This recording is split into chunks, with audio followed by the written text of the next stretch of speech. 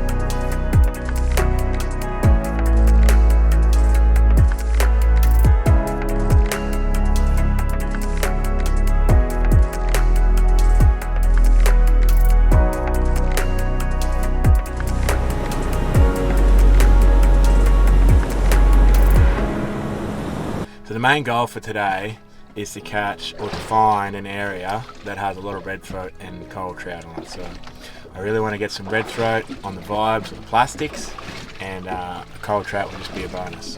So that sort of area there will be prime. There's this flat section, shallow section. That's where I'm going to go and explore. So right now it's coming out to the top of the high tide, so I've positioned myself up on the top of the shoals or flats, just a shallow section running between like 9 to 12 meters. So essentially what I'm going to be looking for on these particular flats is trout and red throat.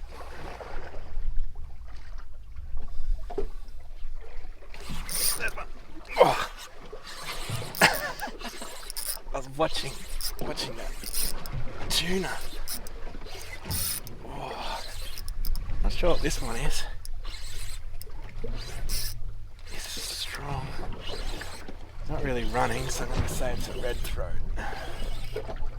And it is a good red throat.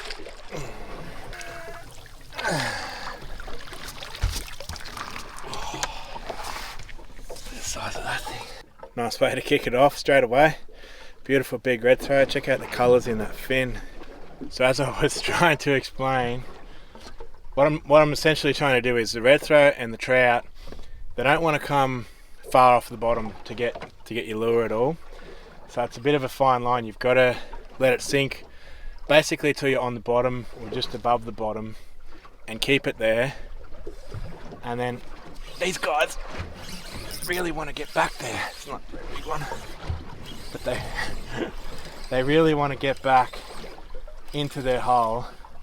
So it's important to have a strong rod. It's a nice little I forget what my mate calls them. A little tricky, my mate calls them, not sure what they're really called. What we're trying to do is keep the lure as close to the bottom as possible, and then with a long powerful rod like this Zodius, I'm able to steer the fish back out of there as quick as possible. Oh, oh, it's a trout for sure. Get up. Oh. I might have to talk without a rod in the water. Get this guy up. Hopefully it's a trout and we can tick all the boxes. Oh, it's like another red throat.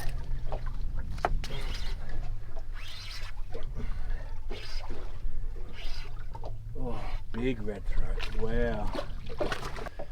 Now as far as red throat go, for this sort of fishing on light spin, they don't come much better than that guy. Check out the size of that. That is a whopper. So I'm running a 7'4" Zodius, and this is extra heavy, and I want a long rod as well as a very sensitive rod, obviously, because the bite is very subtle, and you need to get onto that fish as soon as it bites. This is not a very big one. Probably another tricky. Running a 7'4" rod, I really have an advantage to be able to lift that rod up and to get the lure up, as well as I'm literally trying to steer those fish away from the bottom as fast as I can. So even though I can cast a mile with this thing, another little fish, I'm not trying to cast a long way because I won't have that sort of steering capacity of a long distance cast. So I'm only sort of casting like 30 meters away. So I'm running at 5,000 sustain, and the reason for the sustain is the sheer drag capabilities of this reel. So you can basically not so much lock it up, but I can put more drag than I need to stop these guys, and all that's really left is steering them away from this structure, hence where the long rod comes in. So I'm not trying to cast a long way. I'm in between 9 to 12 meters of water, so I want to cast far enough away that under a tight line that I can get to the bottom, and I'm still within sort of 20 meters of myself, to give me the ability to be able to steer these fish away from the structure and away from the bottom. Because missed an hole. If I get too far away, I lose that angle and they're just going to bury me every time, even though I have so much drag in this and power in that rod. If I don't have that angle, I'm still going to lose. Nearly all the fish are coming on that first initial sink to the bottom. So I'm letting it sink on a tight line, obviously, so that way I'm staying in touch with the lure, so I can see what's going with the fish. Rod tip fairly low, because that way I have all that distance to be able to set the hook and then start trying to steer these fish away. That's a good one. Might be a trout. Oh, that was a trout. Didn't have that rattle of a red throat. So that was a nice trout. Dropped him.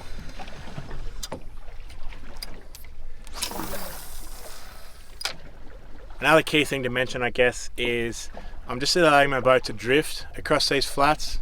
I'm not spot locked, I'm not using a trolling motor at all, and I'm casting ahead of the boat.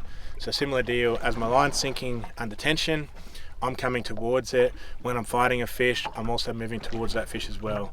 So I'm sort of doing as much as I can to keep everything in my favour rather than in their favour. And tangled me up again. There are literally so many fish here at the moment.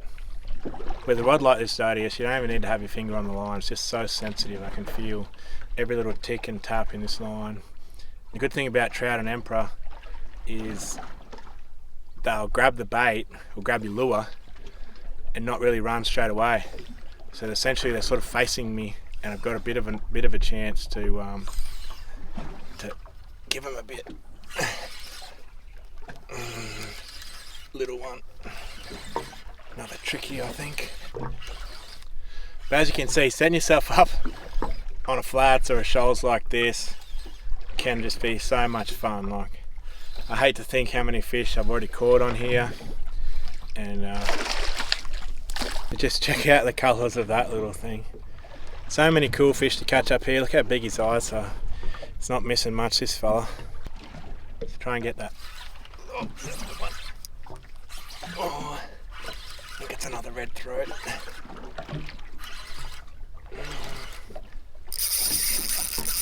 Whee! This might be a trout finally.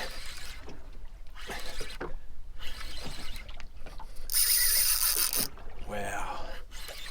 The drag is tight and this guy's pulling a bit of it off. I've got colour. I reckon it's a big red throat.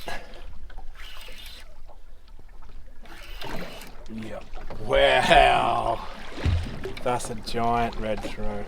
It's bigger than the last one. What? I think so. Yep, definitely.